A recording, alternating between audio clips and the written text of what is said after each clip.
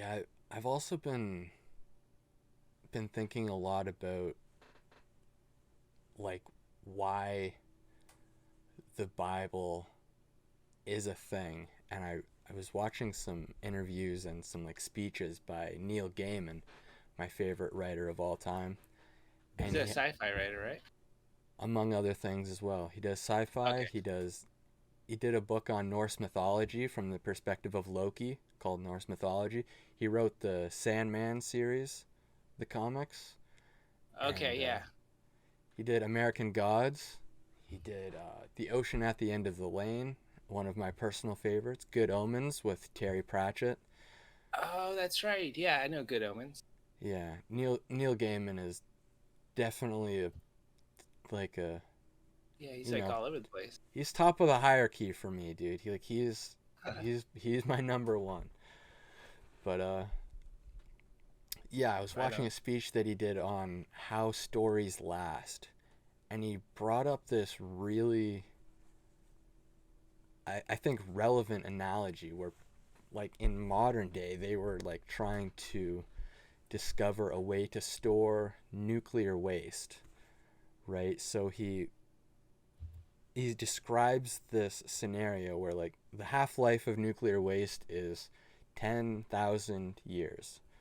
We don't Okay. have anything that's 10,000 years old at all, period. Nothing to say that the human record of like our intellectual ability goes back that far. There's nothing. So how Maybe hmm? maybe some of the pyramids, but that's a tangent. Exactly. That we can definitely get into that later. I'm definitely down, but there's no like written like warnings or something like that, right? There's no like we haven't found a door that says like dead inside, keep out or anything like that, right? And if we did, we wouldn't be able to understand it at all because, English as a language since its conception has changed drastically. Like since Shakespeare, English is almost unrecognizable. A lot of people need translators in their books of Shakespeare, and that's the same language. Going back 2,000 years, what did Hebrew look like? And before that, what did like everything else look like? What Sumerian. yeah, what did they sound like when they were writing in cuneiform? Like what does that actually mean to us? How do you read that? You effectively can't. So then you like explore the option of like using hieroglyphs or symbology, and you can use like a skull. We all recognize that as poisonous. This is nuclear waste. It's poison. Keep out. And it's just like, no, that kind of wouldn't work because a generation could come along and say, oh, that means pirate treasure. We're gonna get rich if we enter here. Or you could just write single words like wicked or de bomb is the example that he uses. So then a generation could come along and say like, oh, there's much cool stuff in there. Yeah, I mean, I would think even if it said death inside, somebody with just our curiosity would say, "We got to get a camera in there. Let's just poke a little hole." Yeah, exactly. Because ghost stories, right? Like these are all things that like nobody actually believes ghost stories. So you have to create, a true story. Like he also drives home the point that a story is a lie and a story is true. Those are two things that exist at the same time. Like you Mm. could read a story. The best example is like when you're reading Shakespeare, and Neil Gaiman actually wrote a comic about this. And like I think it was A Midsummer Night's Dream. He did a comic adaptation in Sandman where like a bunch of like like fairies and pixies were like putting on this play or whatever, but like one of the lines was, I know all of these events have never come to pass, and yet I know it is more true than my day-to-day life. I feel it in my bones, I feel it in my soul, like that kind of feeling. Like when you're reading a story that really fully immerses you into the tale and changes who you are.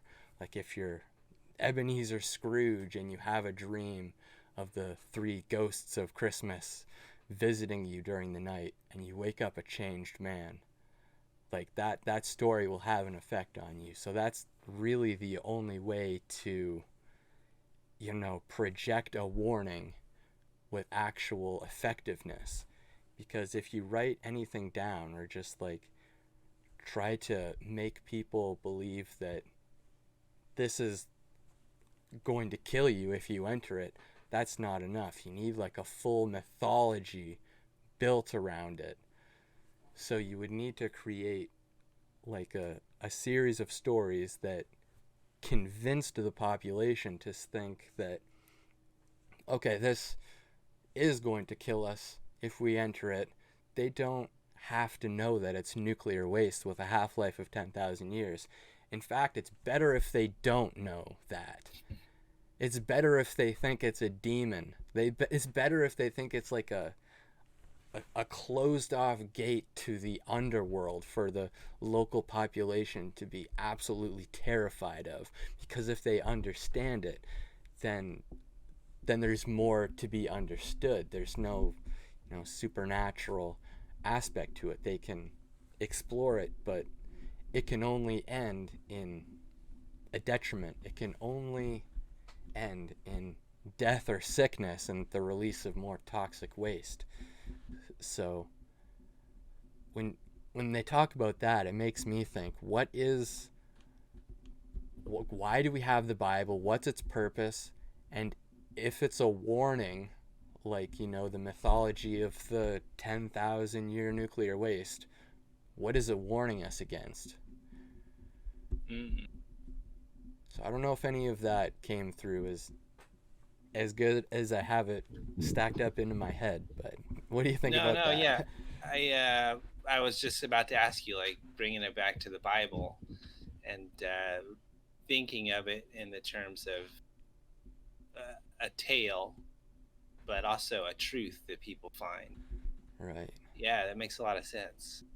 Yeah. I don't know though, like the whole story of the Bible, like taken in totality. Is it considered a tragedy, or what kind of tale is it? Hmm.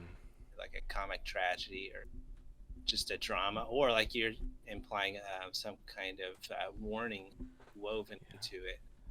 I think that's kind of the like conclusion that I'm reaching, is that the Bible predates like drama and comedy, because it exists for,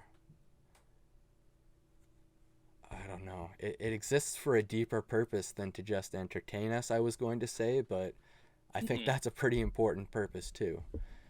But like, I don't know, you could take it from any story. Like, you could read Amazing Fantasy 15, the first appearance of Spider-Man, and like the lesson of with great power comes great responsibility could change your life forever. But Peter Parker was never a wrestler. He never actually lived. He never let his uncle die, but that sequence, like there's truth to that. There's Mm-hmm. it not only could it happen, like it's an example of evil does happen when you just let them get away with it. Mm. Would it be fair to call some story like that that's greater than a drama for entertainment, like a legend, Hmm. like a legendary story or something? Perhaps. I don't. I don't know. It's hard to play with the definitions of mythology and legend and story, because it all kind of crosses over like a Venn diagram kind of thing. Yeah. Earlier, when you were talking about how do we even understand and decipher those ancient languages, it reminded me of that John Marco Allegro book, The Mushroom and the Cross, because he has like a whole introductory chapter about like the root meanings of words and Yeah. where they come from, their origins, and why we use them, and how close they are together.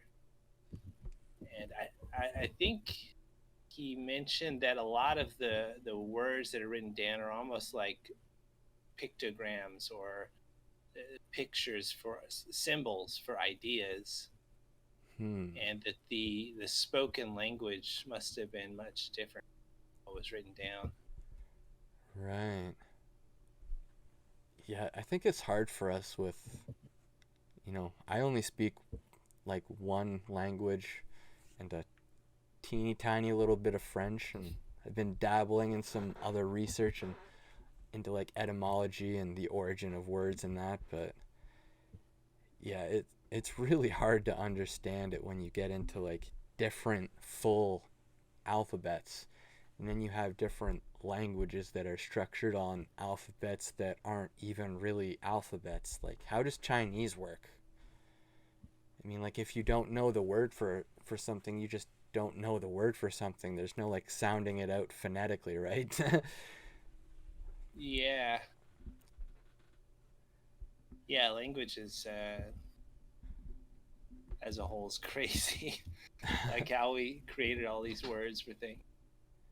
Yeah, and then it's like we have our relationship with language and the the written version of language, and most of our society is literate. We teach all of our kids in school to you know think in words and how to spell your thoughts, but that's definitely not how it's always worked in the past. So I think we take for granted that like only a few people were reading this. And I know when I take notes for myself, I definitely don't write it out in prose and in paragraph form. It's just like a little bullet note, another little bullet note, a single word or two, another bullet note. Underline this. Yeah, underline, highlight, and I'll say it just like they said it. yeah, yeah, I'm just going to copy this down exactly so I know I don't get it wrong, and there. But like, Yep. how were they really interacting with that medium? Because as Marshall McLuhan always tells us, the medium is the message. So what was the psychotechnology of the written word back in the day when only a small percentage of the population had a relationship with the written word? Yeah. Yeah.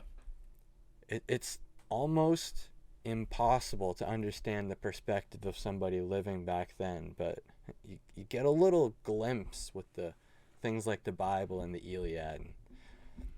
Yeah, I mean, you're definitely true that only a small people, like maybe the priests, would be the writers Mm-hmm. of these languages.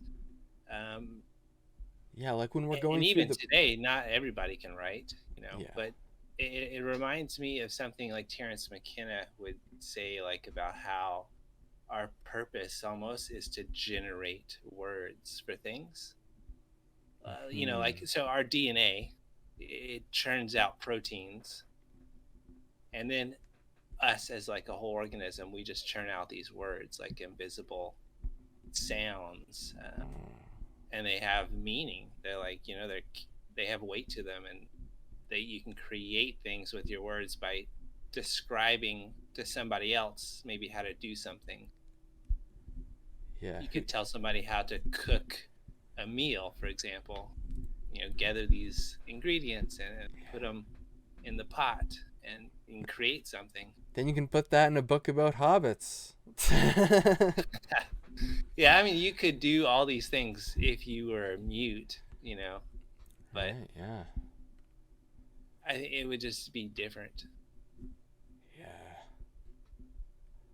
Yeah, whoever says magic isn't real has never studied language, man.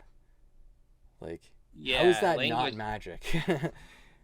Yeah, I could see language being described as a form of magic.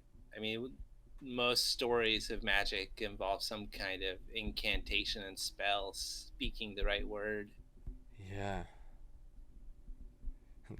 From abracadabra to please and thank you.